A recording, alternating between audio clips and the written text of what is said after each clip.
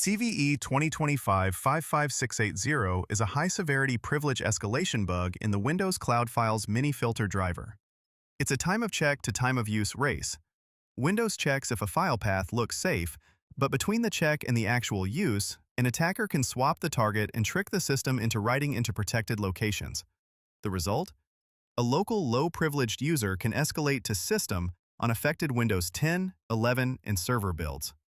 For blue teams, the real question isn't just, are we vulnerable, but can this actually be abused here? That's where Penligent comes in.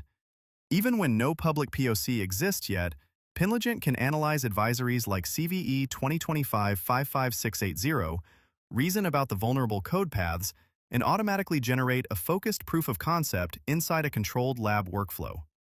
One click to validate, capture evidence, and export a report, without copy-pasting random exploit code from the internet.